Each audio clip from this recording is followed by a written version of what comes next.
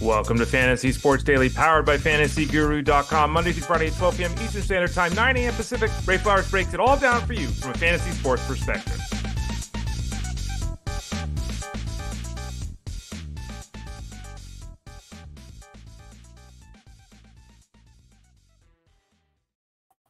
Hey there, everyone. Ray Flowers, FantasyGuru.com. How's it going? Having a good morning here? Got your cup of Java with you. Maybe you've already done that. Maybe you've been on a croissant or your bagel, or maybe you're a morning person and you're already on to your ham sandwich for lunch. Who has a ham sandwich for lunch? I used to love ham sandwiches for lunch. I haven't had one in a while. Maybe I should look into that. Ham sandwiches. Let's go. I'm Ray Flowers of FantasyGuru.com. Thanks for joining us here on Fantasy Sports Daily. We are live Monday through Friday. I almost forgot the days of the week there, Ray. Jeez Louise. Monday through Friday at 12 o'clock noon Pacific, 12 o'clock noon Eastern time. I always screw this up. 9 a.m. Pacific time. Something about the time zone changes always gets me. I don't know why that is. Let me try that again. Noon Eastern, 9 a.m. Pacific. How about that? There we go. A Monday through Friday here on Fantasy Sports Daily. We talk baseball. We talk football. Promise to all of you is we'll continue to talk baseball throughout the regular season. We're going to make a shift in programming come week one for football. Obviously, we'll go a little bit heavier with football talk, but we will continue to do the baseball stuff. We don't want to run away from the baseball talks. I know it's a little hard to find at times, and we appreciate all of you being with us here, as you often are at FantasyGurus.com's Fantasy Sports Daily. You can find us here every day, and again at 12 Eastern, 9 a.m. Pacific. Facebook.com/FantasyGuruHQ. YouTube.com/@ElitePlusNetwork. Both of those spots, you can leave comments, questions that we will address at the end of the show, as we do every day. You can also watch us live on Fantasy Guru at Fantasy Guru's site on Twitter X. And then you can type in Fantasy Sports Daily to your local podcast network or your non-local podcast network. I don't know why I always say local. Your podcast network. And we can also have you check it out over at FantasyGuru.com. Click that Elite Plus tab at the top of the page, and you can find the show there. What are we talking about today? Well, you'll see it on the screen right now for those of you watching live. We're talking Paul Skenes, and we got an update about his workload outlook the rest of the way. Corbin Burns really struggling. Spencer Arrighetti going in the opposite direction. Matt Waldron, who we talked about yesterday, Jeffrey Springs, Osvaldo, Bido, JT Realmuto, Alex Bregman, Spencer Torkelson, Ernie Clement.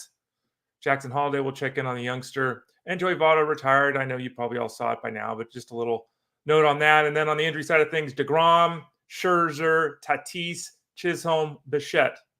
We'll update all the health situations for those guys. In about a half an hour, we'll talk with Armando Marsal. He's normally on Wednesdays, but we changed the schedule up a little bit this week. We're going to talk with him, the youngster in the backfield with the Chargers, Kimani Vidal. We'll talk Dallas Goedert, Courtland, Sutton, Romeo, Doubs, Javonte Williams, Zack Moss, Brian Robinson, Austin Ekeler, Josh Downs, Hunter Henry, Hayden Hurst. We'll talk about some of these guys with Armando in about a half an hour, for those of you that are looking for your football fix. And for those of you looking for that football fix, remember, go to FantasyGuru.com, click the subscribe tab in the top right corner of the page. That will take you to the opportunity to sign up for the seasonal package, the DFS package, the wagering package when it comes to fantasy football. Get all three of them if you want. Send a note to support@FantasyGuru.com. That is support@FantasyGuru.com. All right, let's dive into it. Yesterday, 6 shutout innings, 9 strikeouts against the Reds. Paul Skenes continuing to be freaking dynamic. He's been an absolute superstar. He's delivered on the promise and in spades. We talked about him recently about the fact that while they're not really planning to shut him down, Ken Rosenthal had that report saying, well, are they going to start treating him like Garrett Crochet and, all this kind of stuff. And we got a report from the manager of the Pirates, Derek Shelton, who told reporters there is no plan to shut him down, which is great news. And here's a quote from Mr. Shelton. There has never been any immediate plans to shut him down. How we monitor that, whether it's an inning limit or a workload limit per game, we'll be thoughtful about that, unquote. So, kind of what we expected. The plan is not to shut him down at this point. Does that mean the start gets skipped? Does that mean he throws 70 pitches this outing? Does that mean they let him go 4 innings? That part is up in the air. Jared Jones, his teammates, about ready to return from the injury list. Both those guys, pillars of the future for this Pirates organization. Trying to build around those two with Mitch Keller. Luis Ortiz has stepped forward to pitch pretty well this year. Bailey Falter's not done too badly. Got the makings of a decent rotation here, beyond the guys that are superstars potentially at the front of the rotation. But Skenes right now will continue to monitor this. Does this report say? And then again, there is no immediate plan to shut him down. That does not mean that they shut him down and he doesn't make his last 2 starts. In September. No immediate plans right now. Really good news. We'll continue to monitor this, obviously, because this is a huge story because he has been an absolute superstar. And by the way, coming up in a couple of days, next week, actually, on the 1st of September, will be the final update of the 600 plus rankings, 650 player rankings, or whatever we've got over at fantasyguru.com. Skenes will be a tough one. Garrett Crochet won't be a tough one. Paul Skenes will be a tough one for that updated rankings again. I redo all the rankings once a month. The final time this season happens in about a week on September 1st. Corbin Burns allowed 6 runs, 5 of them earned, 5 2/3 innings against the Astros. And he was in the cash game breakdown yesterday. I read in the cash game breakdown again today over at fantasyguru.com.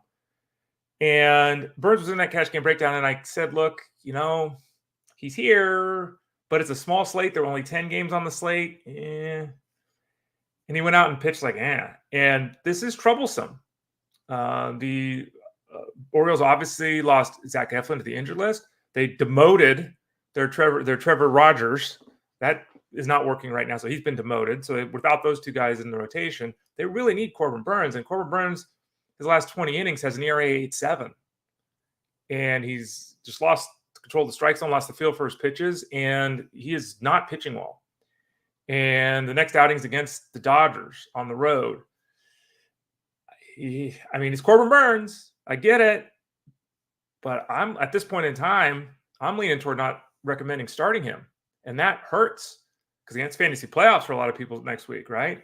But on the road against the Dodgers with the way he's pitched here the last month, with his lack of feel of the strike zone, he only had 2 strikeouts yesterday in 5 2/3 innings.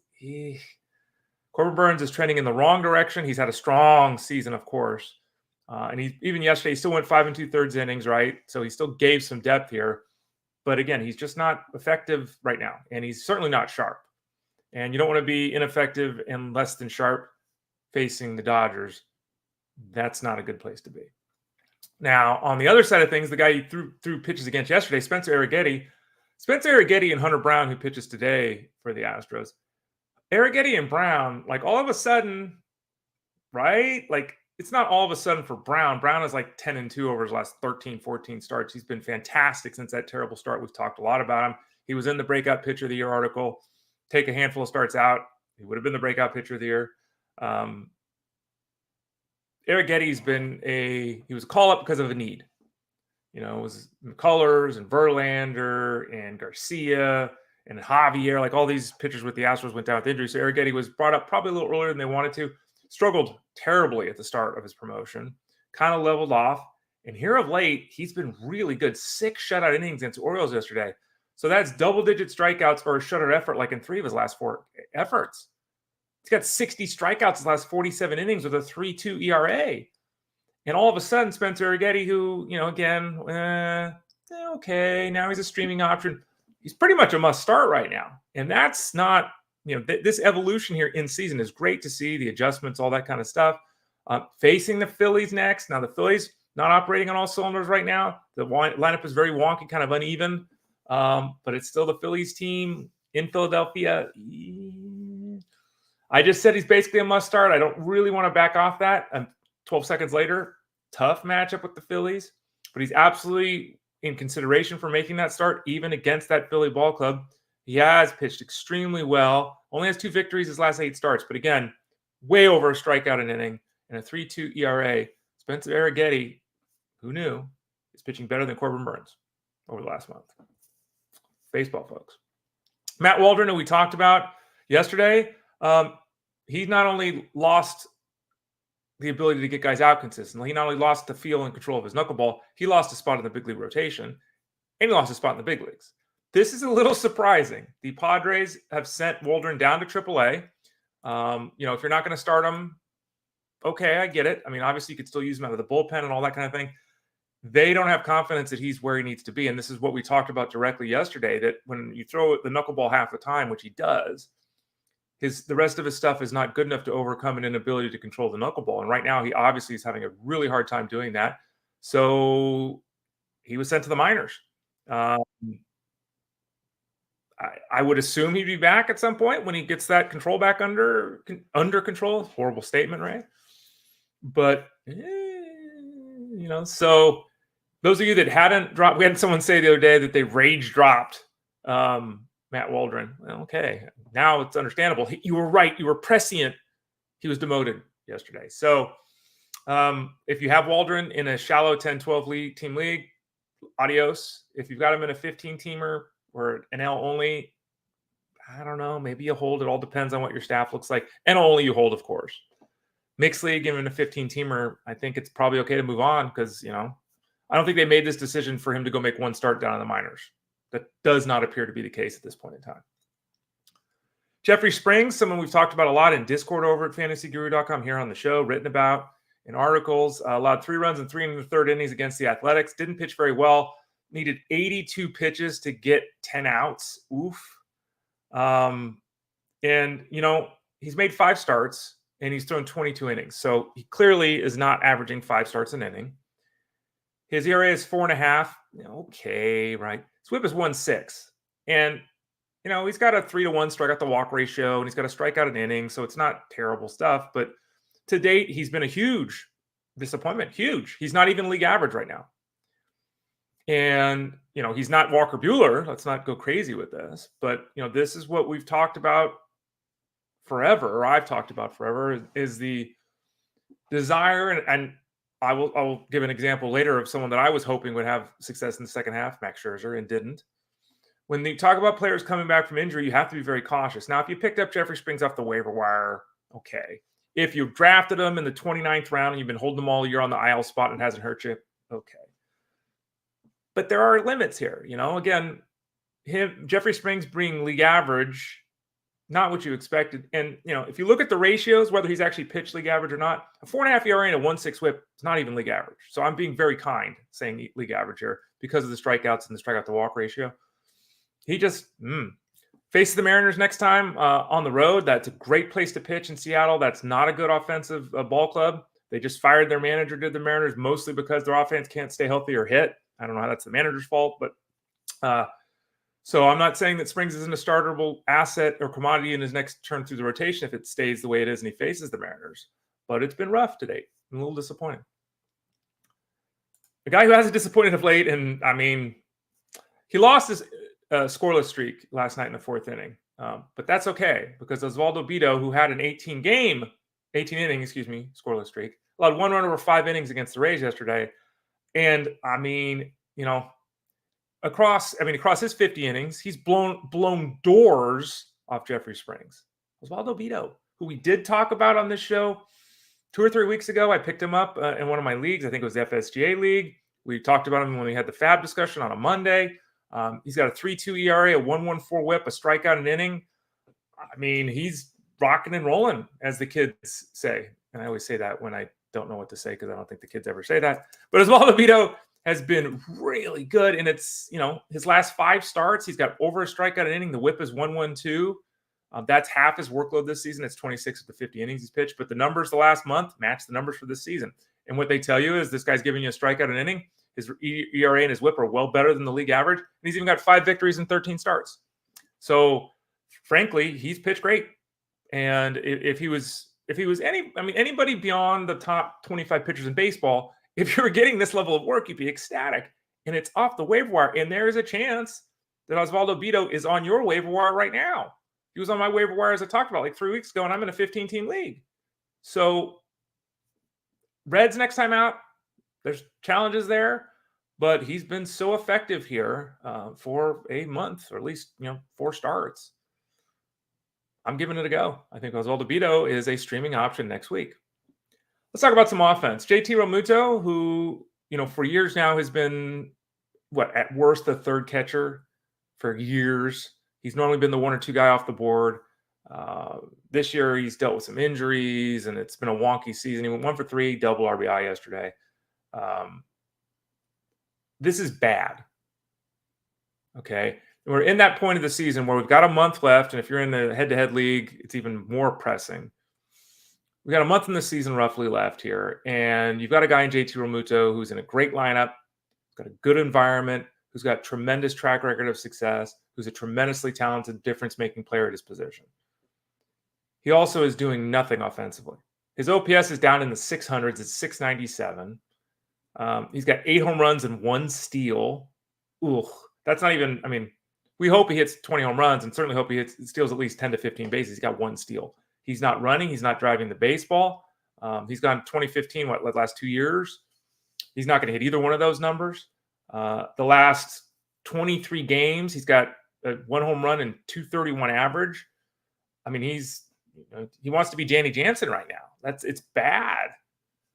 2 catcher leagues, you grin and bear it. 1 catcher leagues, I'm not a fan of carrying that second catcher. And I'm certainly not a fan of dropping JT Realmuto. But it's been rough. And it is something to think about with JT Realmuto. It's like, is there a better option on the waiver wire in your setup, especially if you're in a head-to-head league? Maybe. Alex Bregman, we talked about. I don't know what's going on with Alex Bregman. The Astros continue to be very nebulous with the descriptions, as we talked about, with the injuries. It's supposed to be no big deal. It ends up costing guys 2 months. We still don't know Kyle Tucker with this bruise. Still don't know when he's going to be back. It took 2.5 months for Justin Verlander to come back from a neck injury that they weren't even certain was going to send him to the injured list in the first place. Alex Bregman slept on his arm wrong, apparently, and can't play defense anymore. I don't know what's going on there. What I do know is that Bregman has been really good in the month of August. He had another hit last night. There is a report out there from the manager, Joe Esparada, that the Astros are considering, because I guess Bregman can't throw well. It hurts his arm, okay? Putting him at first base. Remember, they've tried a bunch of options. They tried Singleton. They tried Abreu. They tried Loperfido. They tried a bunch of options here. What they've basically done of late is they put Yonder Diaz, who gets 2 hits every game. They put Yonder Diaz at first base, and they put Yordan Alvarez in the outfield. If Bregman can play first base, they can put Diaz back to catching full time, and then they could use Yordan Alvarez at the DH. So this would help them alleviate the issue very, very importantly, especially I think in the case of Yordan Alvarez, because you don't want him playing defense every day. You just don't. His bat is too good and too important to this team. He has wheel issues always with he's hobbling around and all that stuff. So we'll see what this goes. It would be very nice in the case of Alex Bregman if he were to play first base enough to qualify him there this season, or to qualify him there next season would be even more cool, right? To get a first base, third base guy. We'll see. There's time for that to happen. We'll see what the Astros end up doing. A guy that was recently called up hit a home run last night, and he's somebody that I added myself in the Tout Wars League. Tout Wars update. I moved back into first place last night. There's 3 of us within 2 points of each other. This is going to go down to the final week of the season potentially. Spencer Torkelson is that player. And since Torkelson is returned to action, he has that home run that I just mentioned.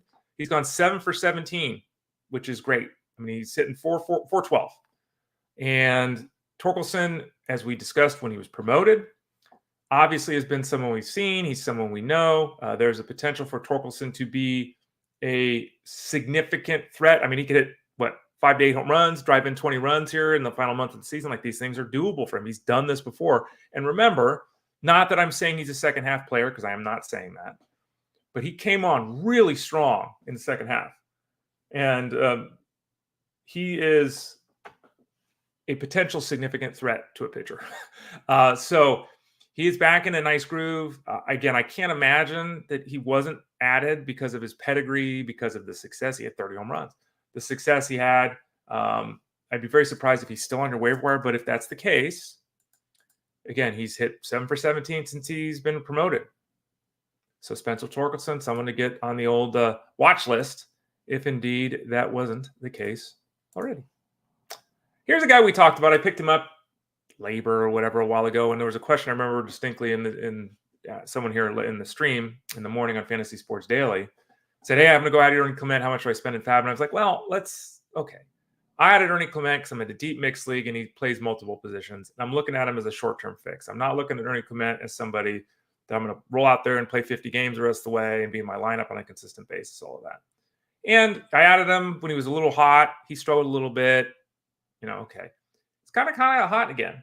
And, he's got his average up to 270. He's got a 730 OPS, which is, but he does qualify at multiple positions. And here's the really interesting part with him.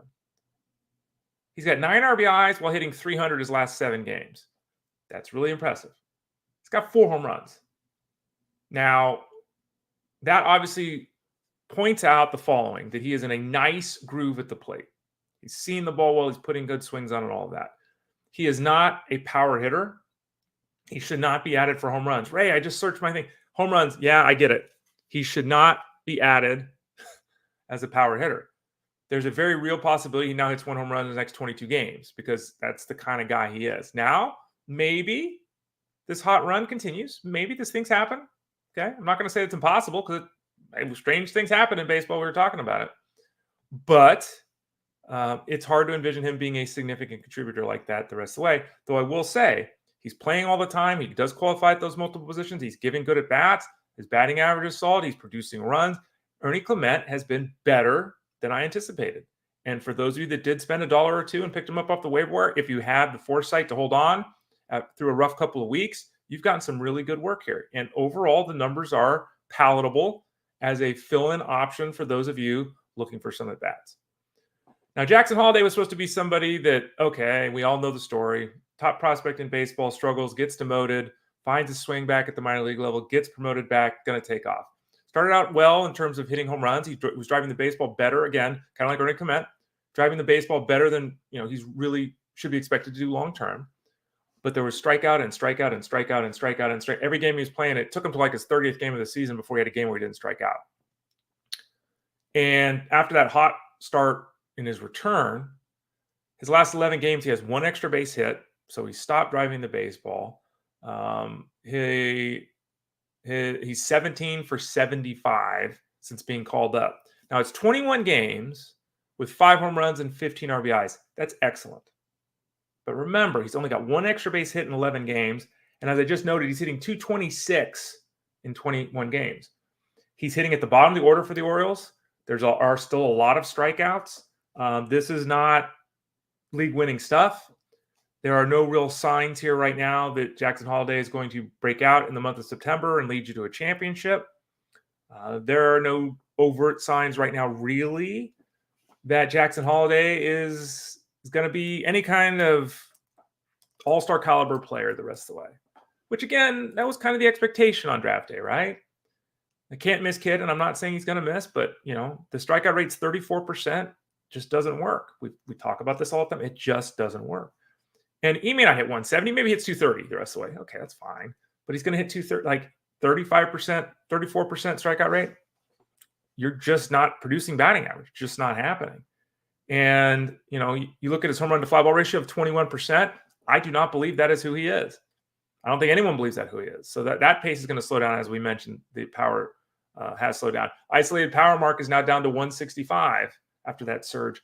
League average about 165. So no overt signs that things are going to drastically change here down the stretch for him. But I'm glad he's at least getting the chance to continue to be in the lineup. The Orioles need some stuff going. The Orioles are all of a sudden, everyone's getting hurt and everything. Let's hope Jackson Holliday. Let's hope he can make me wrong with what I just said about him. Finally, just a note for Joey Votto. Joey Votto, he had retired.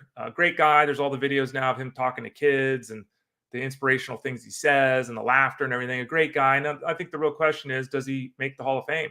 And that's a debate we'll have in a few years, obviously.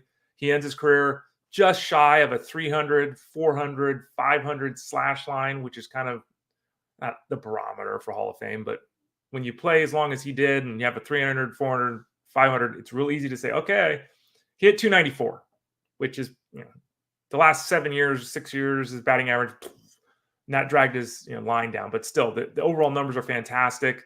Had a great career. Won an MVP award, was an All-Star 6 times, had a Gold Glove, was one of the best hitters in baseball for about a 5-year period of time. Got some of the Barry Bonds stuff at times, meaning that people got on him because he was patient and took walks when he should have been swinging the bat and driving the baseball. Interestingly, he started his career kind of as a Mark Grace clone, like he was hitting 15, 20 home runs. Then as his career went on, he morphed and changed his stroke up, started hitting 25, 30 home runs. So there was that evolution in his game as well. But one of the better offensive players in baseball during his peak years, Joey Votto, tip of the cap to a guy who was seemingly a really good dude and a very, very good baseball player. Let's talk a little bit about some of the issues on the Hill before we visit with Armando Marcel and talk some football here in a few minutes. Jacob deGrom struck out 3 and allowed 1 run over his 2 innings of work in his rehab start at AA last night. Saw a report that he hit 100 on the gun. Don't know if it was a fast gun. Even if it was a fast gun, he's thrown 97, 98, right? So the velocity was there. All positive. He basically sat in the upper 90s with his fastball. So there you go. It seems like we talked about with deGrom, this is the first of probably 3 or 4 outings. We kind of anticipated him maybe making 3 starts in September, maybe a return mid-September if everything goes right. We'll see. Obviously, they're not going to push things here at the end for no reason with Jacob deGrom. But again, we'll think 3 or 4 starts. Best case scenario would probably be 4 starts at the big league level. Most likely 3 starts at the big league level in the month of September. But he checked that box in that first effort yesterday. Through those 2 innings, again, high 90s, hitting 100 on the gun. Jacob deGrom looking pretty good. Now, his teammate Max Scherzer was supposed to pitch today. He was supposed to have back-to-back days. Think about that. You're a minor league city, and your tickets are $10, and you can go last night and watch Jacob deGrom and tonight and watch Max Scherzer. That's pretty cool. Now, unfortunately, Max Scherzer's not pitching tonight. He's coming back from the shoulder issue, and it seems like they just kind of slowed up his return here a little bit. They just want to make sure everything's okay with him physically. I haven't seen any of the beat writers suggesting that there's been a setback or a problem with Max Scherzer. In fact, I thought I saw Yahoo Sports this morning say that Scherzer said he wants to pitch next year, which is good news, which is not surprising, but good news. In terms of what exactly is going on here with Scherzer, I mean, again, we're getting short here, man. Either pitch or don't pitch. I mean, we got a month. If he's not pitching tonight, so let's say they just even back it up a couple of days, he's not going to pitch until the month of September, right? That's going to be the schedule. At what point do the Rangers just shut him down and say, forget it? So we're getting close to that. And I hope that's not the case, obviously, because I've got on multiple teams because he was the guy that I took in the 24th round, 25th round of drafts on the reserve rounds of my 15-team leagues. Thought I put on the injured list. I've talked about it a lot with all of you. Hasn't come out at all anticipated. Again, in those leagues with IL spots, taking a guy in the 24th round, putting him on the IL, and immediately after the draft, adding somebody else. Okay, fine, right? And that's what I did. So it can work. But it has not worked out. And that's disappointing because there's been many starts and stops with Scherzer. And we're just at that point. He's 40 years old. We're just at that point of his career with Max Scherzer. On the offensive side of things, a couple of players to talk about. Fernando Tatis, who has that leg issue. Nothing has changed with him, but he was officially placed on the 60-day IL. So, some point in September, he's expected back. Remember when this injury happened, they said, well, it's impacting is what he can do on the field. He probably could play through it, but we're going to let him get healthy. It's going to take 2.5 months. So at this point, maybe a week or so, he's back on a minor league rehab assignment, and then however long it takes him to get everything back in order, and then we'll see him at the big league level. We are anticipating Tatis returning to the majors in the month of September. What does that look like? Does he run? Is he dynamic? We don't know the date and don't know the answer to that question either at this point. Chad Chisholm, it's happening, folks. All the reports suggest he's coming off the injured list. He's going to be in the lineup today against the Rockies. All that concern about his non-throwing arm with the elbow. There was a big-time 24-hour concern, watch list. Oh, my gosh, this guy's going to need surgery on his elbow. His season's done. Does this impact next year? All that kind of stuff. He's got a sprained UCL, and they're going to give it a go. And I really hope he doesn't go out there and, take a swing and make a throw and make a diving catch, and boom, there goes his elbow. But great news for the Yankees. Great news for all of us. He's supposed to be back in that lineup today. We'll see if that is indeed the case, but all signs point toward that happening. And then finally, Bichette got a calf issue. He's running now, and it sounds like he's running without any kind of limitation, which is obviously very good news. It's kind of that next and final step before he can go out on a minor league rehab assignment. There was some concern with whether he would play again this season or not. But it sounds like Bichette, maybe 10 days, 14 days away from a return. Maybe that's too long. Maybe it's before that. Maybe he's back first week of September. So trending in the right direction after kind of that uncertainty about what's going to happen with Bichette. Fantasy Sports Daily here, powered by fantasyguru.com, Monday through Friday, 12 o'clock Eastern Time, 9 a.m. Pacific Time. And every Wednesday, Thursday, Friday for now. Remember, stay tuned. We're going to have some changes to the show here. Same time, same bat channel, all that kind of stuff, but it's going to grow, get a little bit more cool. But for now, we have football guys on Wednesday, Thursday, Friday to talk football with us. Normally this guy's on earlier in the week, but we changed the schedule up. Didn't want to miss him this week, so we had him come on Friday. You know him. He's on the show every week. He's over in Discord all the time at fantasyguru.com. He's got a Mind of Marsal podcast that you can find at fantasyguru.com. Click the Elite Plus tab at the top of the page. Find this show. You can find his show. And you can find his articles all over the place, including an article he released yesterday, which I think says, these are all the guys I like, and there's guys that you should probably like too. That's Armando Marsal of fantasyguru.com. How you doing, Armando? I'm doing good, Ray. I'm excited to be here. I know it's Friday this time around, but thank you very much for shifting things around and allowing me to come on this Friday. Always a pleasure talking to you, like I say, one of my favorite times of the week. I appreciate that. And yeah, I'm not speaking out of turn, right? You did release an article saying these are my guys, right? That came out yesterday, if I saw it right. Yep, I did release that. It's my yearly tradition now. I basically just list a bunch of the players I'm on, and then the players in bold are the ones I am prioritizing. Kind of just give brief explanation on most of these players and why I'm on them, and kind of where I'm at, and whether it's ADP reasoning or whatever the case may be. But yeah, you could go check that out there over at fantasyguru.com. Nice. Nice. Okay. So and you're still updating your draft book too, right? People can get that. Yeah. As well? Yeah. I ran an update late last night. I ran an update. I let so Rusty's working on some back end stuff to make sure it is updated. The PDF is updated. He said he would do it today. So you should find the latest updates there today. Been making updates on a consistent basis, and you're gonna see a lot of updates now as the roster cuts happen and things like that.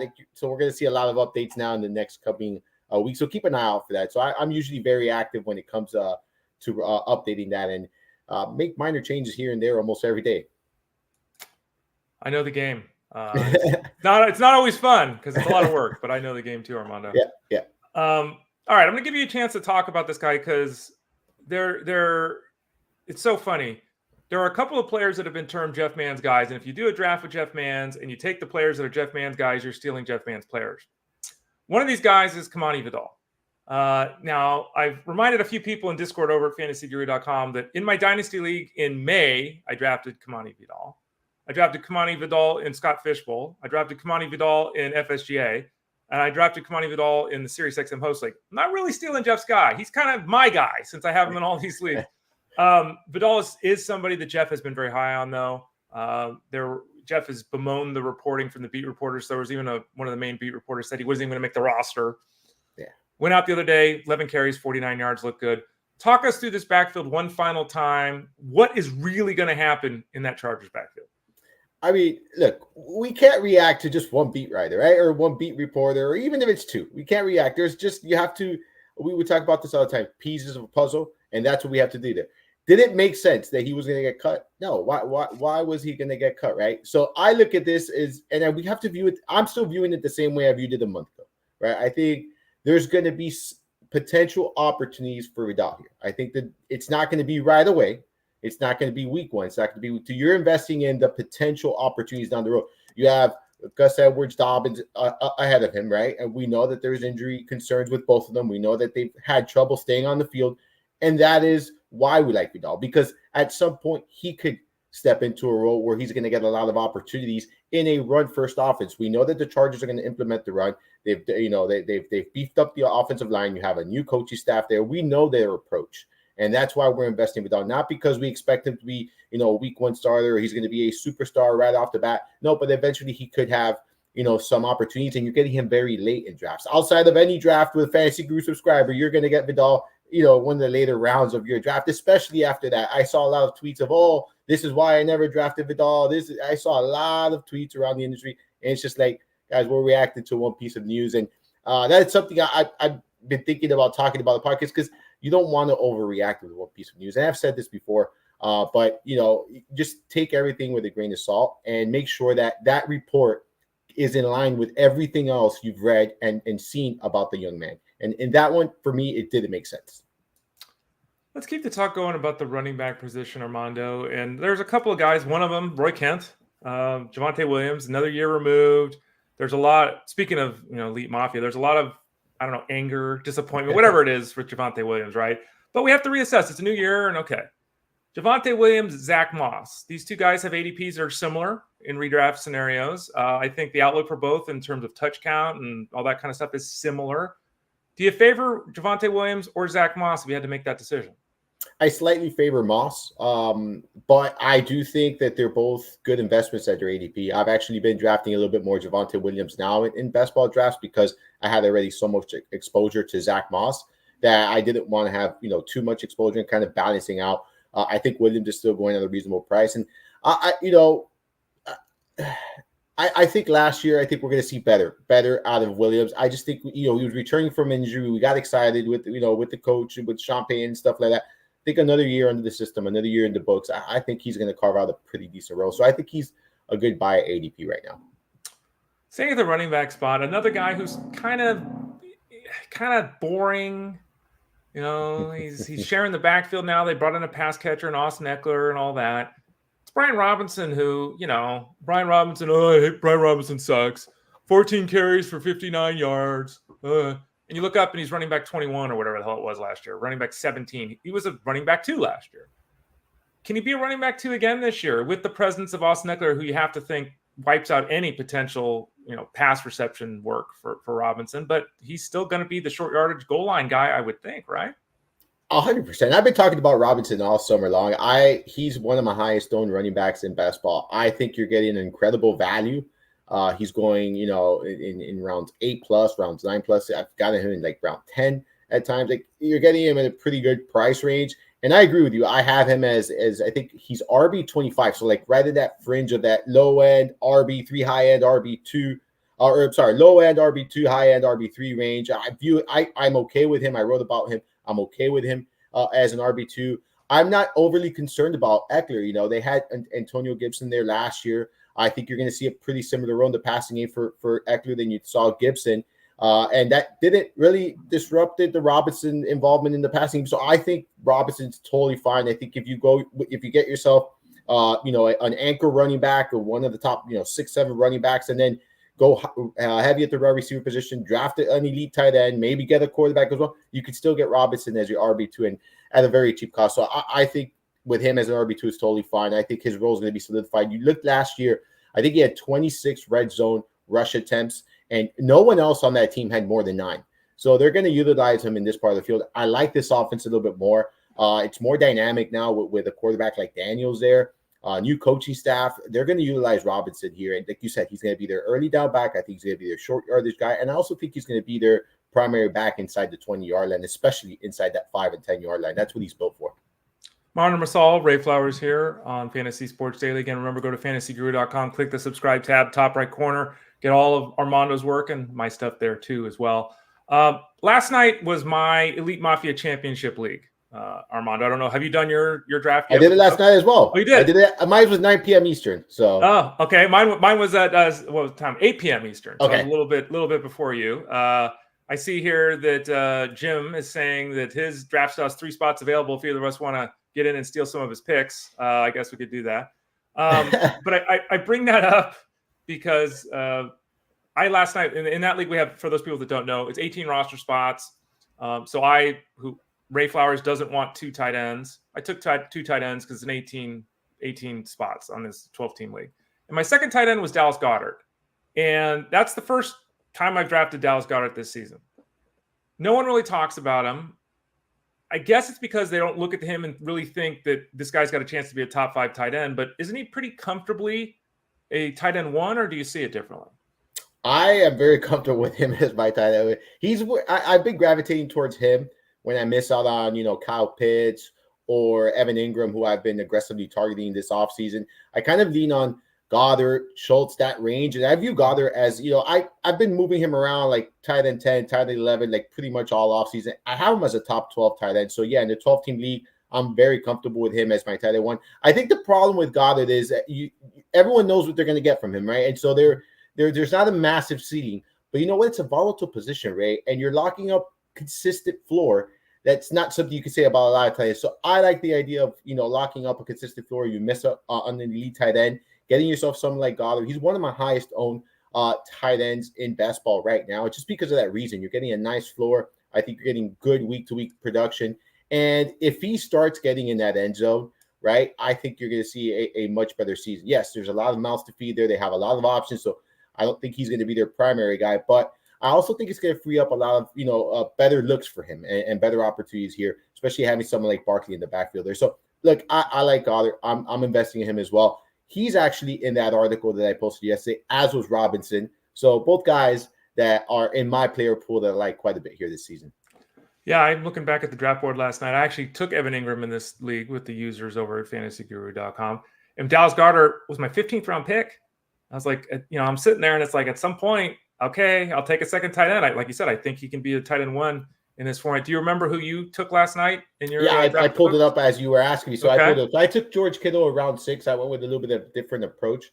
Okay. But I haven't been drafting Kittle a lot, but I did go with Kittle in round 6. I was hoping someone like Pitts or Ingram fell back to me. They did it. They went right before, a couple picks before went Pitts. So so I went with Kittle here. I didn't get a backup tight end. Goddard did go in the 15th round in mine as well. He went as a second tight end to Jake Ferguson. And there, I wouldn't be surprised if Goddard is starting over Ferguson at some point. Like that, I think that fantasy manager is going to have that situation where they're going to be contemplating: do I start Goddard or do I start Ferguson? I think you're going to make a lot of cases for Goddard more than Ferguson. It's one of those tough ones too. It's like, you look at the numbers and each guy's scoring 10.6 points a week, and it's a tough spot to be in. Jeff Mann says it all the time. Don't give yourself options. No. This is why I wouldn't. I don't like to draft a backup tight end, especially when I go in that range, because now you find yourself, well, am I starting this one or this one? And then they're both in the same tier. They might be ranked 2 players apart. Right. Projections are probably within a point, 2 points. It's a nightmare to have at each and every week. It's not a fun situation to be in, and we've all been there at some point. But we'll help you with that. Let us stress about that. All right, you don't stress about it. We stress about it. And then you can blame us when the answer is wrong every week. Okay, there you go. Armando Marcel, Ray Flowers at fantasyguru.com. Let's talk a couple wide receivers. Romeo Doubs, I think, is the wide receiver 1 for the Packers. I don't know. They got so many guys there. It's kind of hard to tell for sure. I think he's certainly at the top, if not number 1. Courtland Sutton is the number 1 with his team in Denver. And neither one of these guys have much heat, though it certainly seems like, what did they score? 18 touchdowns last year combined or something like that, right? So talk us through Sutton and Doubs, and which one of those 2 wideouts do you prefer in 2024? And full disclosure, everyone, Ray sent me this information before I posted my article. All right. So Doubs and Sutton are also in this article, Ray. I think it's silly how we're seeing Sutton drop all the way to the 7th, 8th round. Like he's the number 1 wide receiver in Denver. I don't think, there's a question regarding that. I think he's going to see plenty of opportunities. You mentioned, his touchdown equity and what you're kind of getting there. I don't view the quarterback situation worse than when it was last year. This is an offense that obviously catered to him. I think it's going to be fine. I think he's going to be fine. I've been getting him a lot as a wide receiver 4. If you could get him as a wide receiver 3, I'm fully on board with that. I think you're locking in a good wide receiver who's going to see plenty of opportunities and, who has, I think, a lot of value right now. So I like him. I like Doubs a lot. I wrote him up last year. I was pretty excited about him last year. And, I'm pulling it up now. So I wrote this last year. While everyone is excited about Christian Watson, understandably so, I'm very bullish on Romeo Doubs. I like Doubs last season, and a lot of reports out of camp were emphasizing how much he and Love were in sync and connecting. Well, guess what? Doubs had a 20% target share inside the red zone. Doubs was the best wide receiver for Green Bay. Like, when you look at everything, he looked the best. He played, very consistent for what that, those receivers were. So I'm going right back to the well here with Doubs. I mean, he, again, is kind of going overlooked when you look at these drafts. You're getting him, in the eight rounds 8 and higher. I mean, you're getting good value here. I prefer him as a wide receiver 4 / flex option. But if you end up with him as your wide receiver 3 and the rest of your roster is very loaded, I have no problem with that either. I think he's going to be probably the more consistent, and maybe that didn't say a lot, but I think he's going to be the most consistent receiver in Green Bay throughout the entirety of the season. Armando, there's some players across the land like that people get really excited about, and sometimes for me it's kind of hard to figure out. Like, as an example, Tank Dell is the 3rd receiver on his team. Okay, but he's the 3rd receiver on his team. We love Jalen Waddle, but he's behind a guy that gets 160 targets every year in Tyreek Hill. So sometimes the depth guys, depending upon their cost, are maybe not. Josh Downs is the number 2 guy on his team, and there's no cost. Now, his top end is not close to Waddle, or, he's not that guy, of course. But no one really talks about Josh Downs, kind of in that same mold of Doubs and Sutton. Are we sleeping on Josh Downs, or is that, he's going to basically do what he did last year, even with Richardson under the center, because things are going to change. You're going to run the ball more. Richardson's doing his thing. Taylor's doing his thing. What are your thoughts with Josh Downs? So he was someone that prior to getting injured, I kind of was interested in. But he's out now 4 to 6 weeks. That's opened up the door for Adonai Mitchell to work out of the slot, and he's been doing a very good job. I've been reading there out of camp and in practice, just connecting with Richardson, making some really good catches, running great routes. I mean, if you watch some of the film on him and some of the videos out there of him right now. And I mean, it's been a steady drumbeat as far as good reports for Mitchell. He caught a touchdown last night in the preseason game from Anthony Richardson. So there's some chemistry brewing there. Mitchell's someone I've kind of gravitated now my attention towards a little bit in drafts following the Downs injury. But like I wrote, in the article yesterday, he's someone that should have opportunities early on. But when Downs comes back, I think there's going to be some type of competition there. And again, like I said before, Downs was someone I liked a bit. This injury just does, obviously he's going to be on the shelf for a couple, at least a month here. So that is definitely concerning for me. One more question before we hit up the chat room. We see a couple comments there. I got a tight end question for you. These are 2 players that we, at least at fantasyguru.com, have ranked similarly. I know the universe doesn't, but Hunter Henry and Hayden Hurst. 2 tight ends that no one has in their top 10, even us. We don't have in our top 10, but these guys are kind of targets if you're taking that second tight end. Do you have a preference between Henry and Hurst this year? I'm going to go with Henry. I just think that, there's so many fewer to compete with there. Not that the Chargers have a lot, but I'm going to go with Henry. We've seen it before. Hurst is just late in his career. Is he really going to resurrect it here in Los Angeles? I think it's a decent opportunity, but I'm going to side with Henry. I think he's going to be their security blanket there in New England, and I wouldn't be shocked if he was one of the top, as far as targets are concerned on the roster at the end of the season. Really would not be concerning me. I would not be surprised whatsoever. Ramon and Marsal, Ray Flowers here. And again, if you're watching on YouTube at youtube.com/@ElitePlusNetwork or on Facebook at facebook.com/FantasyGuruHQ, either of those 2 spots, you can leave comments throughout the show that we can deal with at the end of the show. So we're going to do that with a couple of these here. David P. says, what are your thoughts on some of the guys we were just talking about? Ramondre Stevenson, Javonte Williams, Najee Harris.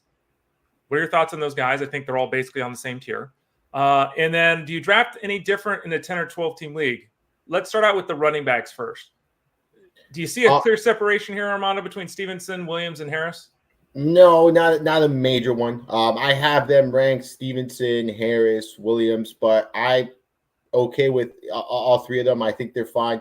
The only concern you could have with Stevenson is that this is a team that could play from behind a lot this year, New England Patriots, but that could turn into potential opportunities in the pass, as a pass catcher, right? So, if I'm drafting right now today, it really depends on who my RB1 is. I think if I'm deciding here, I know that sounds like a gray answer, but I think it really depends on who my RB1 is. I like the idea of Harris here because I do think he's going to get a lot of opportunities early on with this Jaylen Warren injury. And if he gets going, this is an offense that I think, is not as bad as it seemed. And they have a good defense in Pittsburgh. So, and they're going to try to run the ball. So, but again, it's dependent on who that first running back is. But again, I have Stevenson, Harris, Williams, but all right there for me. And then as far as drafting 10 team versus 12 team, no, the approach doesn't change much at all. It's just, you just have to be aware that it's going to be a more fruitful player pool because every round there's 2 more players that normally wouldn't be there. And, when you start thinking about round 5, you're talking about 10 additional players that probably wouldn't be there in a 12 team league that are still there. So it's just a more fruitful player pool. Next question is from Angelo, and you run for 50 yards and a touchdown in a preseason game, and people want to talk about you. Carson Steele looked good.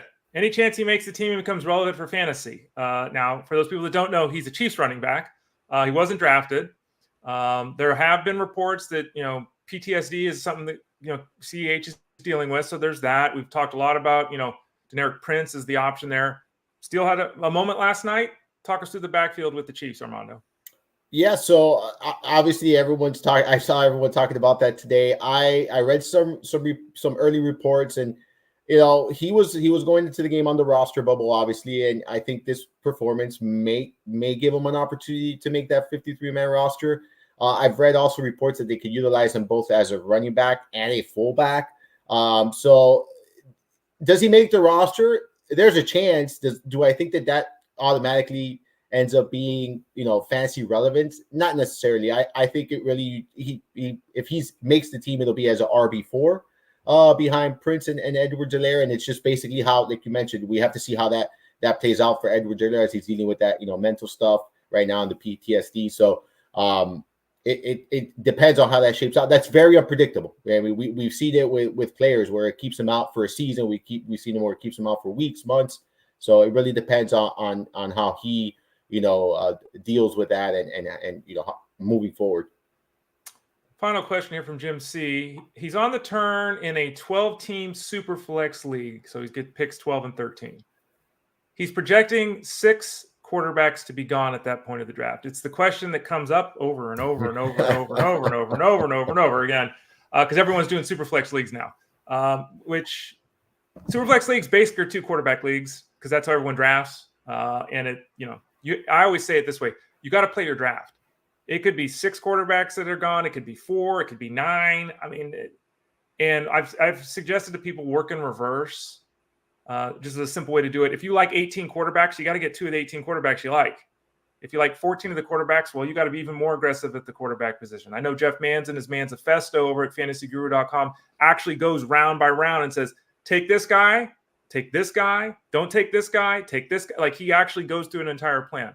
What's your advice for Jim here on the turn at 12 and 13? My general thought would be you got to take 1 quarterback, kind of just as a general rule, because you got a long wait till you're up again. But what do you think? So I'm in lockstep with you that you want to leave your draft, right, with 2 quarterbacks that you're comfortable with. That's not always going to happen. So how I always, advise everyone is you want to leave every super flex draft with at least 1 of your top 12 quarterbacks. Like, you want 1 of your QB ones, and whoever that is for you. Everyone has, different opinions and stuff like that. So Jim, whoever it is for you in your top 12, if you're going off Jeff's rankings, look at the top 12. You want to go after one of those guys, at least one of those guys. Now, I am not going to settle for a tier 3 quarterback in pick 12 or pick 13 over the likes of Lamb, Chase, St. Brown, Bijan Robinson. If I could start off my draft, because everyone else went in front of me, if I could start off with 2 of these 3 players, Lamb, Chase, St. Brown, Christian McCaffrey, Bijan Robinson, one of those 5, or 2 of those 5, I'm not going to take a tier 3 quarterback over that group. At that point, you know what? I'm going to just sacrifice. And I know now that in the next couple of rounds, I'm going to have to address the position. And there's a good chance that I'm going to have to reach for the position, but I'm not going to give that kind of value and that kind of, that opportunity cost for some of these players in order to get a tier 3 quarterback because of fear of missing out, right? That's just not the way I draft.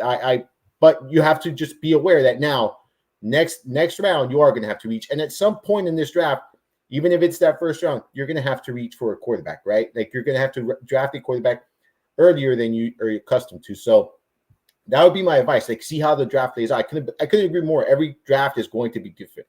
There's going to be some drafts where the first 9 picks are quarterbacks. There's going to be drafts where you're on the clock and there's only been 2 quarterbacks taken in that 12th pick or 3 quarterbacks taken in that 12th pick.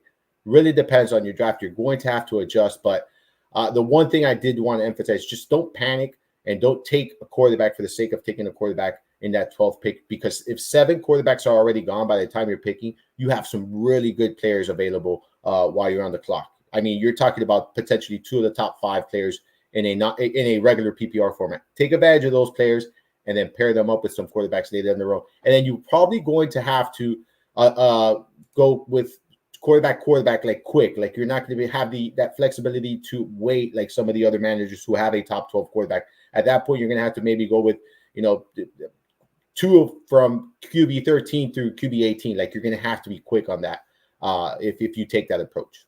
Yeah, and because I talk about this a lot too, Jim, and everyone else, not everyone's done super flex leagues before. And the temptation is always in a different setup. Oh, I'm moving to 3 wide receivers. I got to draft wide receivers early. Oh, I'm a tight end premium. Oh, I got to go crazy tight end. Oh, I'm in a super flex. Oh, I got a quarterback. It depends. If the people are seasoned in your league at super flex, they're not going to panic and rush. Now, again, every league is different. And I don't know. I mean, I would consider Matthew Stafford to be an acceptable option in the 12-team league as your second quarterback. He's not a league winner or anything, but he's acceptable. I took him in the 6th round in Scott Fishbowl. I mean, it all depends how your league goes. There's nothing wrong with having a duo of, Trevor Lawrence and Matt Stafford. Like, you can still win with that. It's like Romano's talking about. If you got bangers everywhere else because people were going crazy with the quarterbacks. So I think it's just something you're going to have to go through. It's a question everyone has, and it's very difficult to answer because you just don't know how people are going to draft. Armando Marsal, Ray Flowers here on the show. Before we let you go, Armando, what you got cooking? What's coming out in the next couple of days here over at fantasyguru.com?